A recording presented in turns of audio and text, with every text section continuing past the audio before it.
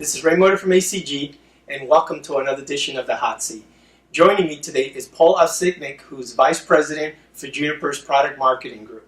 Paul, thanks for joining us. Ray, great to be in the hot seat. And I really hope I didn't butcher your last name. No, it was perfect. Good. I did it some justice. I practice it all the time on the plane there. Now, about a month ago, Juniper had a major announcement regarding something that you guys call the Supercore. Right. Yeah, now, could you mind for our audience going a little bit overview on what those are? Sure.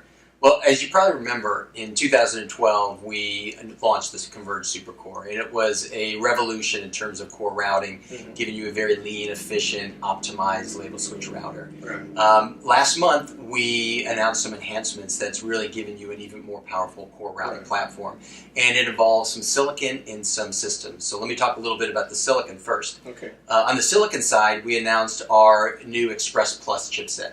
And a lot of new interesting innovations there, but one of the most interesting was the first silicon to use 3D memory architecture. And what that's enabled us to do is drive some great performance improvements. 20 times density improvement, 4 times performance, 3 times power efficiency, all within a package to give you 500 gig capability in a single chip. So pretty impressive silicon enhancements. Now, we've taken that and we've integrated into the core routing line, the PTX routing line. And so with the PTX 5000, we've brought it in and now enabled 3 terabits per slot with 8 slots, a total system capacity of 24 terabits per second. And then for those who are looking for a leaner platform or a more space-optimized platform, the PTX 3000 at a terabit per second each per slot, so 8 terabits total. So pretty impressive enhancements to the platform, giving you both full IP as well as MPLS capability. Now, a lot of brawn there, but also added some brains with brains enhancements with the Northstar controller, where we had already announced the Northstar SDN controller. What we've done is we've added multi-layer capability, so converged optimization for both the optical and the IP layer. Wow, that was a mouthful, right? There's a lot to that announcement. Now, it's interesting because there were some major performance things associated with that. I mean, if we look at the service provider environment today, they're very CapEx conscious today, right? I mean, why should they consider something like this, and why should they even consider it now? Yeah, good question. As we all know, CapEx is always an important topic for service providers. And we're here in the Juniper EBC, and I spend a lot of time speaking with customers here, and it's really mind-boggling the growth rates that they're having to deal with in terms of the capacity. 150%, 200% increase oftentimes year over year. So the growth and the demand in the network is tremendous. And so the challenge for the service provider is, how do we meet that demand but do it by scaling cost effectively? And so I think what we've enabled with the PTX product line, as well as the Northstar controller, is the ability to meet that demand and that scale, but do it by maximizing what you get out of every single CapEx dollar. So really trying to drive that cost efficiency to be able to satisfy the customer demand, but still maintain a viable economic model. Right, interesting. Now, if we look at parts of that announcement, because it's good to address the part on CapEx, but now if we look at competition, right? I mean, it looks like Juniper kind of raises the bar regarding performance with some of these enhancements to the PTX. How does this stack up against the competition? But a question for myself always is how do you get to the math? Right. No, good question. And I think it's pretty straightforward. What we've enabled, for example, with the PTX 5000 is with the Express Plus chipset, what we've enabled is 3 terabits per slot. And that's that's full duplex capacity. And there are 8 slots, so 24 terabits per second, full duplex capability.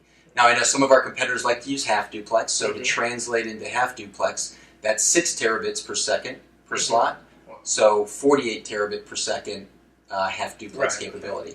And so when you compare that to the competitors, what we're looking at delivering with the PTX 5000 in a single chassis, our nearest competitor requires 5 chassis. So pretty powerful, we think. And then with the PTX 3000, again, 1 terabit per slot, 8 slots, 8 terabit per second, full duplex, and double the number, so 16 terabit per second, half duplex. So again, pretty powerful capabilities. And when we compare that to, say, the NCS 6008, the nearest competitor, we're delivering the same capacity, but in 91% less space, 1/7 the weight and 50% less power. So pretty compelling, we feel. Yeah, compelling. Interesting. Now, if I recall, part of the announcements, you talked about the MX as well, right?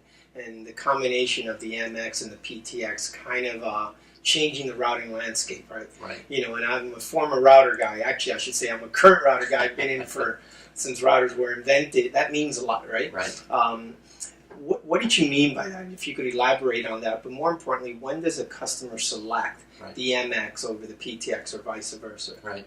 So with Juniper, it's what we focused on is how do we deliver the right solution for the right part of your network, the right part of your area of your network. And the way we look at it is one from a services routing standpoint and a transport routing standpoint.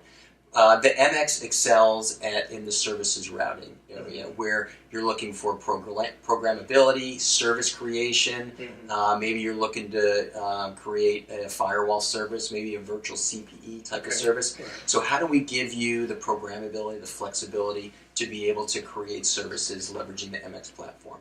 And we've consciously taken a different silicon approach where we have the Trio chipset for the MX that gives you that programmability. And that's a great solution set for that part of the network, that area of the network. But then there's also the transport side of the network where you're looking for driving greater performance capabilities. You're looking for deployability. And so the PTX product line excels there, where you have that scalability required in that area, still driving cost efficiency. You also have the capability to have a different footprint size. For example, the PTX 3000, if you're looking to deploy it in a colo or a central office type of environment. So giving you the flexibility both in deployability as well as optimization. And then finally, across both of them, giving you the SDN and NFV capabilities. So in the services side, products like Control Cloud, Control Networking, they give you that NFV SDN capability for that flexibility, but then in the transport side, giving you something like North Star to give you that optimization, that efficiency. So if I interpret that correctly, it's kind of for the MX, you have the service routing attributes, and for the PTX, kind of like the transport routing attributes. Would that be fair? Exactly. Now, you mentioned the North Star part of this announcement, and when we look at the North Star SDN controller, we've heard announcements before. What's new in this announcement? So for the North Star controller, what we were able to deliver is, we'd announced North Star previously. What we've been able to deliver is a multi-layer optimization, the ability to optimize not just at the IP layer, but at a converged IP optical layer, so that you can provide that same level of capabilities and the same effective routing of the paths through the network, but making sure you're not going across a single point of failure.